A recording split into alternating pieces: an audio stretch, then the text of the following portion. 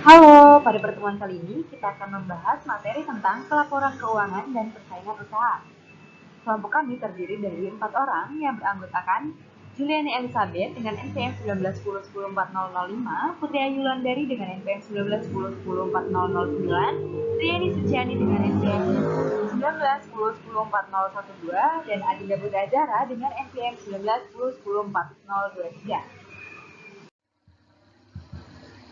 Baik, saat ini kita masuk ke dalam materi pertama pada pertemuan kali ini, yaitu mengenai perbankan. A. GCG di perbankan. Bank Indonesia, atau bisa disingkat juga dengan BI, pada tanggal 30 Januari tahun 2006, yang lalu telah mengeluarkan Peraturan Bank Indonesia atau PBI nomor 8/4/PBI/2006 tentang pelaksanaan GCG bagi bank umum. Upaya BI dengan mengeluarkan peraturan tentang pelaksanaan GCG ini sudah tepat, meskipun agak terlambat, di mana pihak Kementerian BUMN telah lebih dahulu mengeluarkan ketentuan mengenai penerapan praktik GCG pada BUMN sejak tahun 2002. Sesuai Surat Keputusan Nomor Kep 117/M/MBU/2002 tanggal 31 Juli tahun 2002. Tujuan dikeluarkannya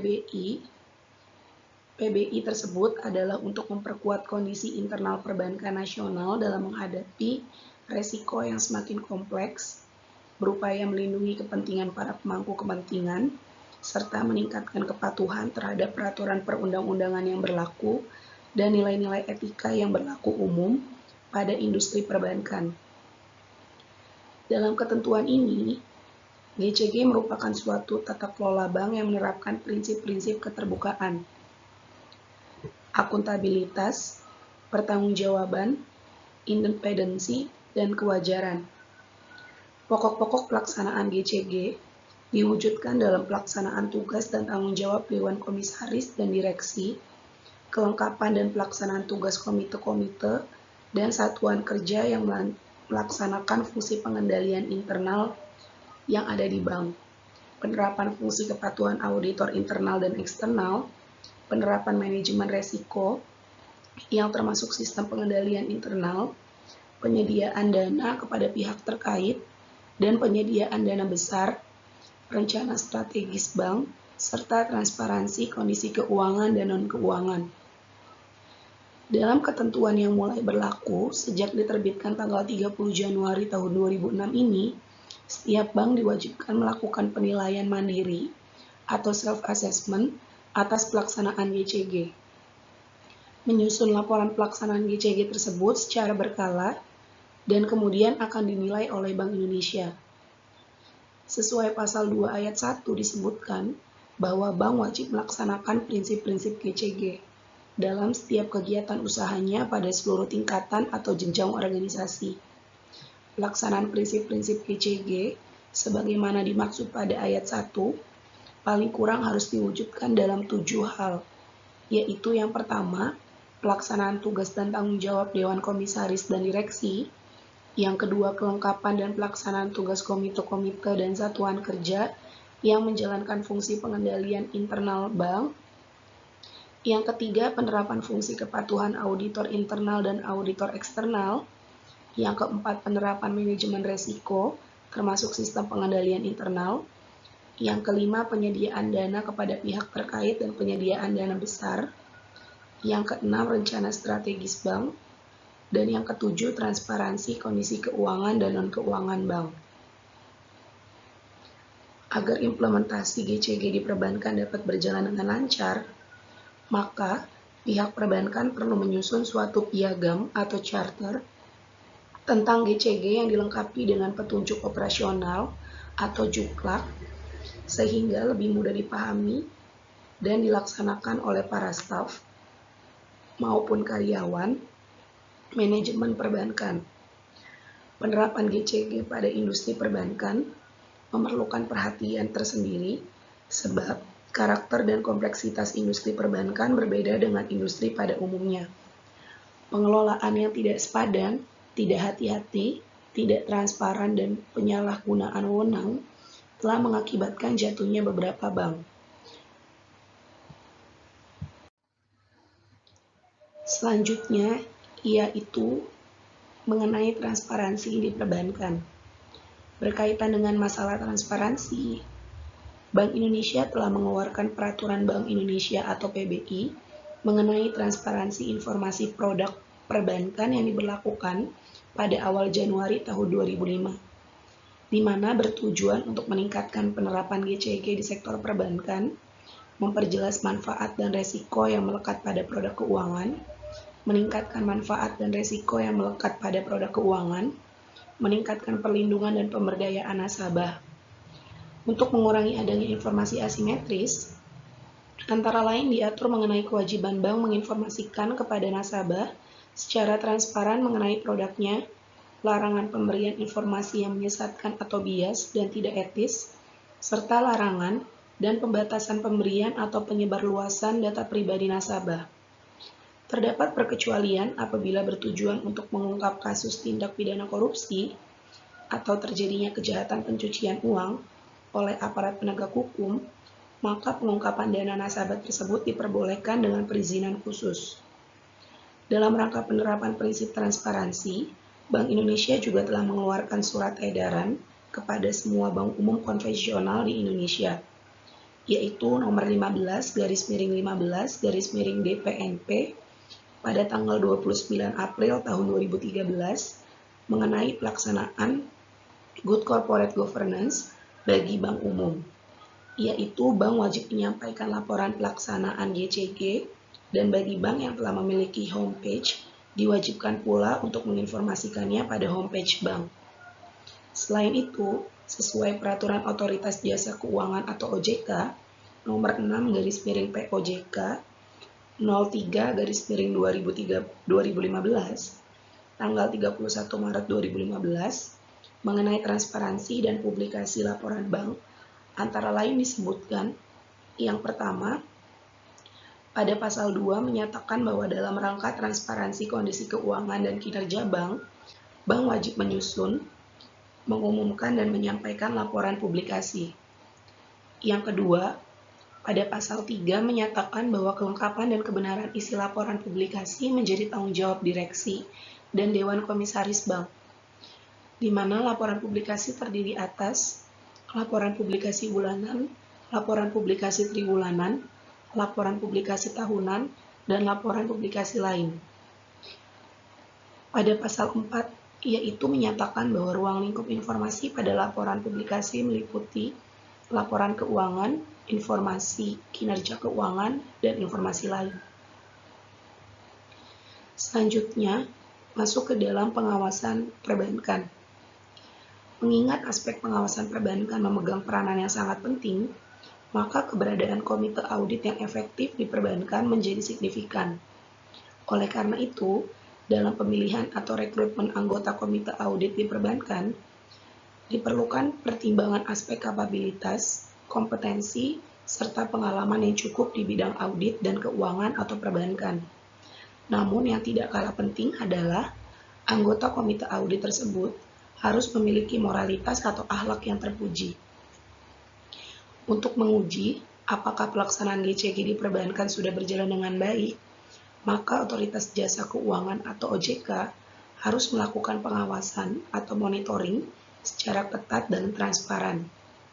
Dalam hal ini, OJK harus bertindak tegas, yaitu melarang orang-orang yang sudah termasuk ke dalam daftar hitam atau blacklist, atau pernah melakukan perbuatan tidak terpuji dalam mengelola suatu perbankan, termasuk para pengemplang bantuan likuiditas Bank Indonesia atau BLBI, menjadi Chief Executive Officer atau CEO, maupun pemilik atau Dewan Komisaris di suatu perbankan nasional.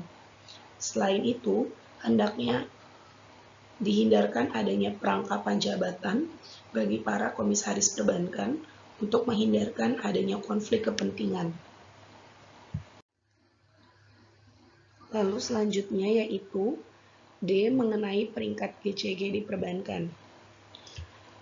Apabila segala sesuatunya telah siap, pihak BI akan melakukan peringkat atau rating GCG terhadap perbankan. Adanya peringkatan ini akan mempermudah mekanisme pengawasan bagi BI terhadap pelaksanaan GCG di perbankan. Menurut pihak Bank Indonesia, dengan dibuatnya peringkat GCG ini, perbankan tersebut dapat memperkuat industri perbankan nasional, serta dapat meningkatkan transparansi dan akuntabilitas perbankan.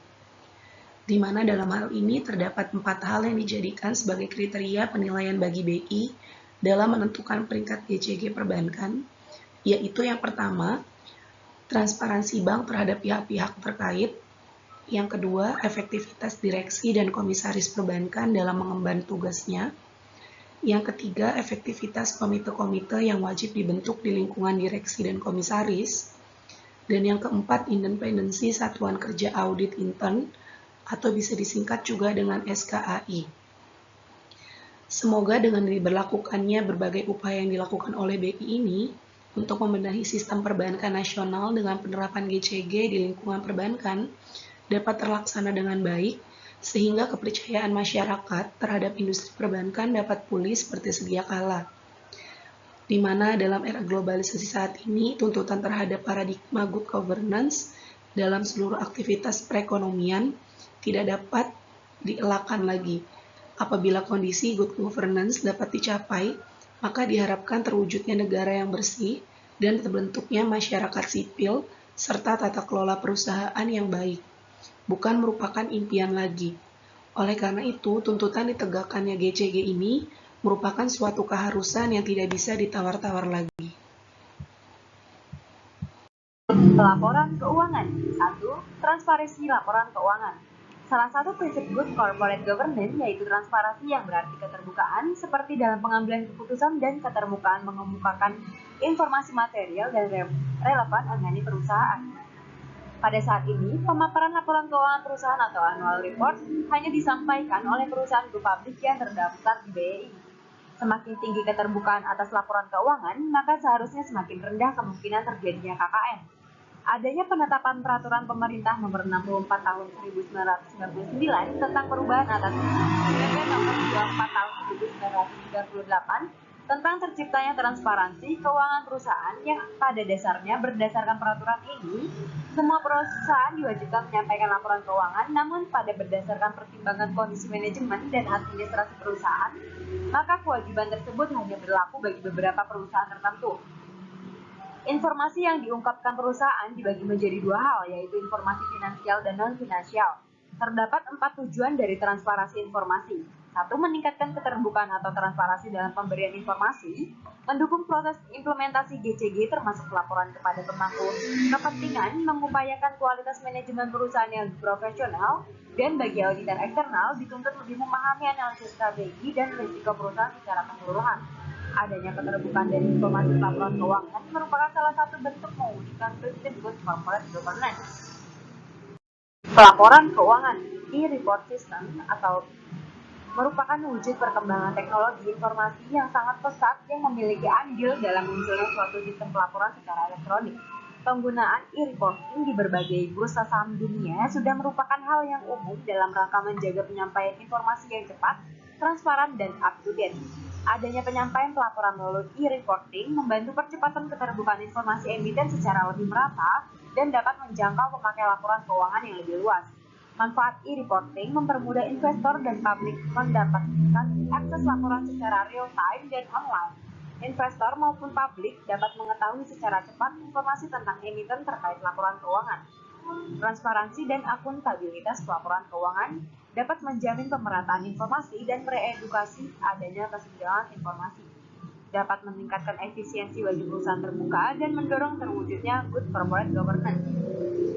Implementasi sistem pelaporan elektronik di industri pasar modal Indonesia sudah ditetapkan pada cetak biru pasar modal Indonesia tahun 2005 sampai 2009. Penerapan e-reporting seharusnya dapat menciptakan online reporting dari kalangan emiten kepada para regulator seperti OJK, BEI, Clearing, Pinjaman Efek Indonesia, dan KSEI. Selain itu, perlu adanya political will secara komitmen dari pemerintah dalam mengimplementasikan good corporate governance di perusahaan publik. Implementasi e-reporting system. Sesuai Surat Edaran Otoritas Jasa Keuangan atau OJK nomor 6/SEOJK 04/2014 tanggal 24 April 2014 tentang tata cara penyampaian laporan secara elektronik oleh emiten atau perusahaan publik yang menyatakan bahwa OJK menerapkan dan memberlakukan sistem penyampaian laporan secara elektronik oleh emiten atau perusahaan publik kepada OJK melalui sistem pelaporan elektronik emiten atau perusahaan publik yang selanjutnya disingkat SPE. Untuk menggunakan SPE, emiten atau perusahaan publik perlu menyediakan perangkat keras atau hardware, perangkat lunak atau software, dan jaringan internet yang memadai dengan spesifikasi komputer dan aplikasi sebagaimana terdapat pada petunjuk pengguna atau user manual, emiten atau perusahaan publik yang dapat diunduh melalui laman OJK dengan alamat web https://spe.ojk.go.id. Adapun tata cara pelaporan secara elektronik oleh emiten atau perusahaan publik secara lengkap sebagai berikut. Yang pertama, emiten atau perusahaan publik dapat menyampaikan laporan secara elektronik kepada OJK melalui SPE sebagaimana yang tersedia di laman OJK dengan alamat web https://spe.ojk.go.id. Emiten atau perusahaan publik hanya dapat menyampaikan laporan secara elektronik kepada OJK melalui SPE setelah mendapatkan hak akses berupa user ID dan password dari OJK. Untuk yang ketiga, emiten atau perusahaan publik harus membaca dan mematuhi prosedur dan tata cara penggunaan SPE yang dapat diunduh di laman OJK. Yang keempat, laporan yang disampaikan emiten atau perusahaan publik melalui SPE harus sama dengan yang termuat dalam dokumen dalam bentuk asli tercetak atau hard copy yang disampaikan kepada OJK.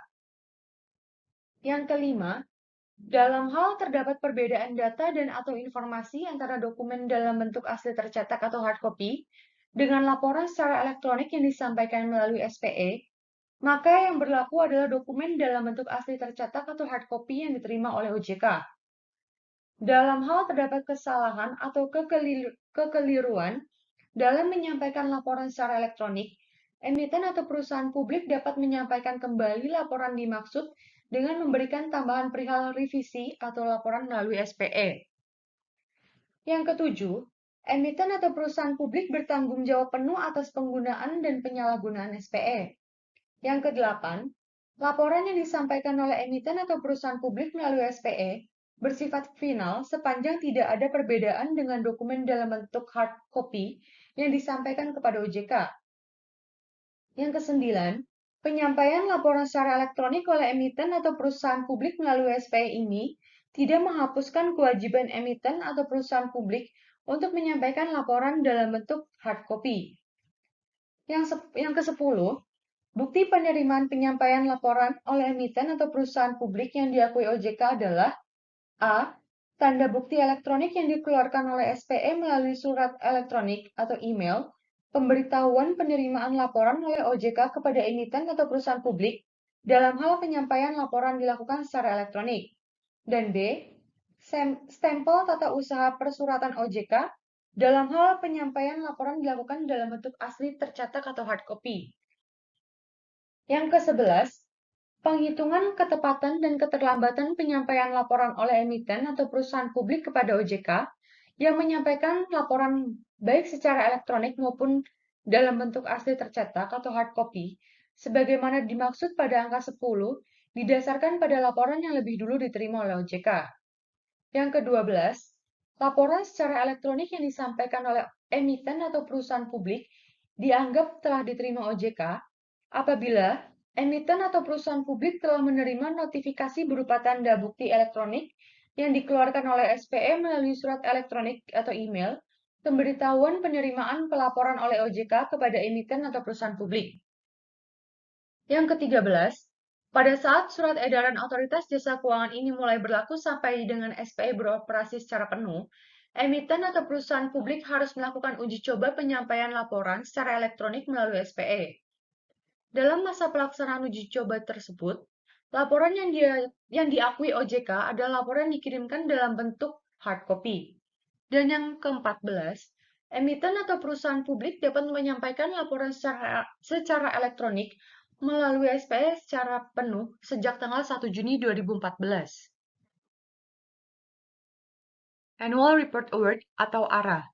Setiap tahun, Kementerian BUMN bekerja sama dengan Direktorat Jenderal Pajak, Otoritas Jasa Keuangan atau OJK, serta Bank Indonesia untuk menyelenggarakan Annual Report Award.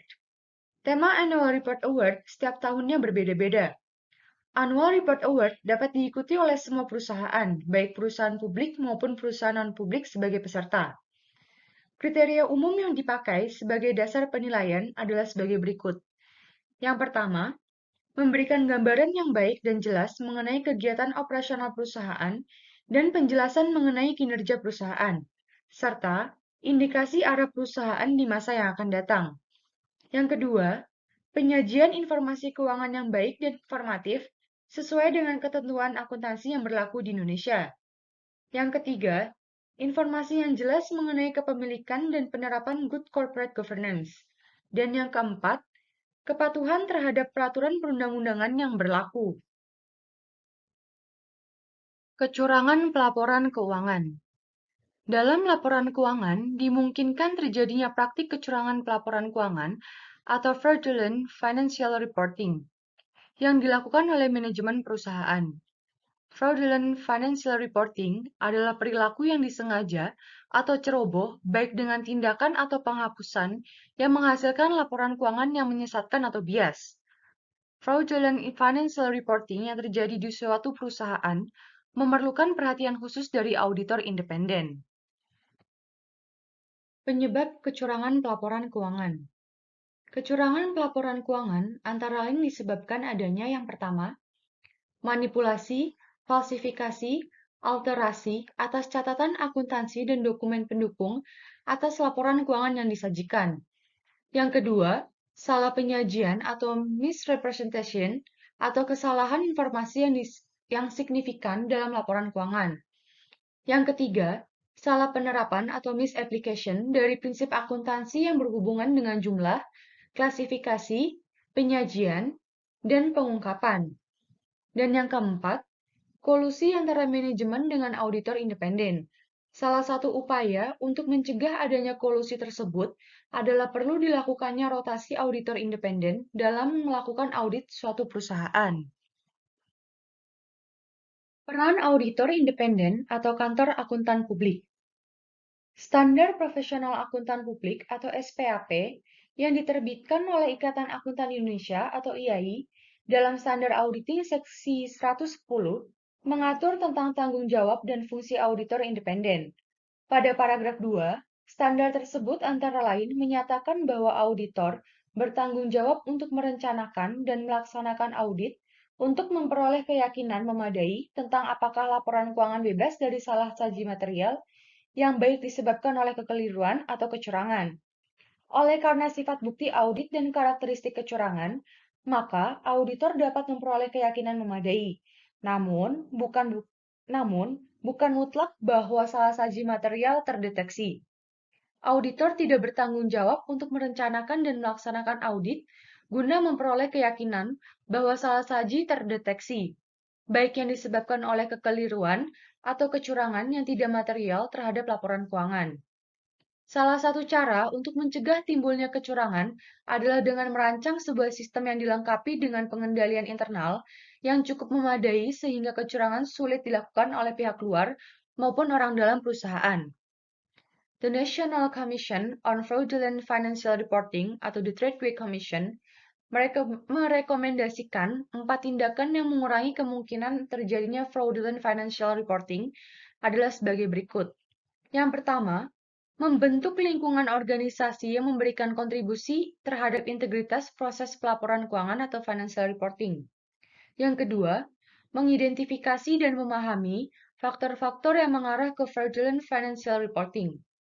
Yang ketiga, menilai risiko fraudulent financial reporting di dalam perusahaan.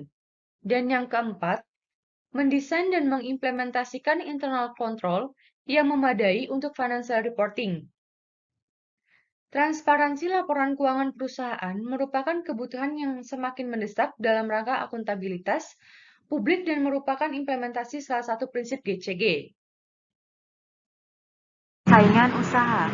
Regulasi yang mengatur secara khusus masalah anti persaingan usaha adalah Undang-Undang Nomor 5 Tahun 1999 tentang larangan praktik monopoli dan persaingan usaha tidak sehat. Beberapa praktik anti persaingan usaha yang dapat dijumpai dalam kegiatan bisnis untuk Indonesia antara lain adanya praktik persekongkolan perusahaan tertentu untuk memenangkan sebuah tender di instansi pemerintah, badan usaha milik negara atau BUMN maupun perusahaan swasta. Implementasi prinsip kewajaran, keterbukaan, akuntabilitas, dan responsibilitas di dalam perusahaan seharusnya dijadikan sebagai pedoman ataupun acuan para pelaku usaha dalam menjalankan kegiatan usahanya. Dengan mengimplementasikan prinsip good corporate governance, sebuah perusahaan akan memperlakukan para pesaingnya sebagai mitra bisnis yang setara, sehingga dapat tercapai win-win solution. Tender secara elektronik. Harus diakui bahwa dalam setiap tender atau lelang pengadaan barang dan jasa yang terjadi di pemerintahan, badan usaha milik negara atau BUMN maupun perusahaan swasta memang rawan praktik korupsi, kolusi, dan nepotisme atau KKN. Hal tersebut dimungkinkan karena dalam setiap tender banyak pihak yang terkait dan memiliki berbagai kepentingan, baik kepentingan golongan ataupun kelompok maupun kepentingan pribadi.